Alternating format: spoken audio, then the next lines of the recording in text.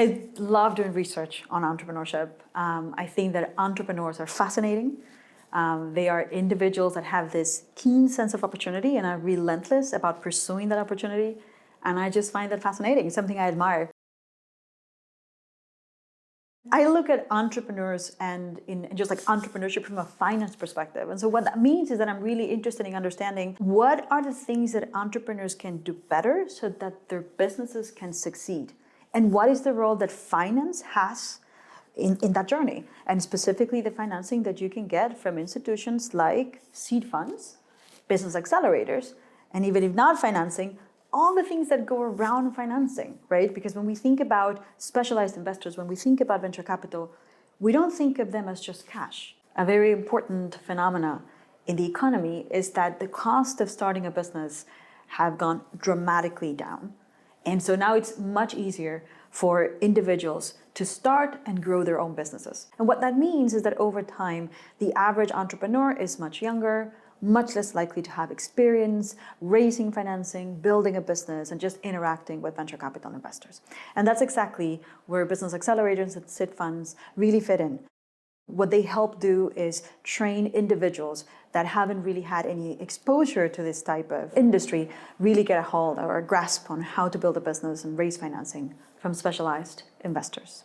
These types of institutions usually succeed in increasing the average performance of their participating businesses. That said, however, we also find that the impact varies according to the characteristics of the founders as well as the characteristics of the program. So for example, in my research with Valle, which is an accelerator in Cali, Colombia, we showed the effects of going through the program are much stronger for the businesses that are in a more developed stage rather than an ideation stage. These are businesses that already have a minimum viable product or they already have a notion of how is it that they want to monetize. We also find that the capability building opportunities that these programs offer are key, even when funding is not part of the equation.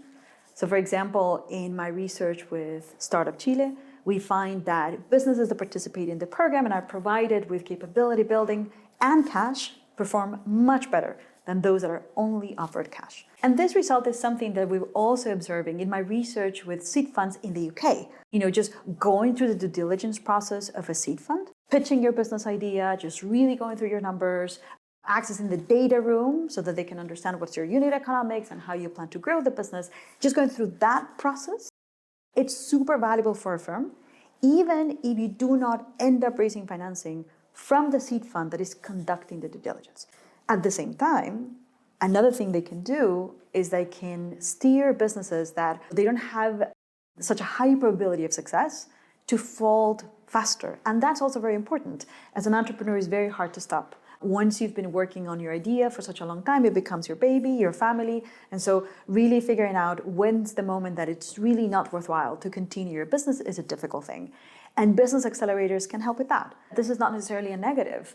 You've learned so much through the experience and gained all these capabilities that you can then, and this is what, one of the things we want to know more, that you can then take these capabilities and use them either in your next job, if you go back to, regular 9-to-5 kind of job, or in the next business idea that you decide to pursue and the next business that you decide to build.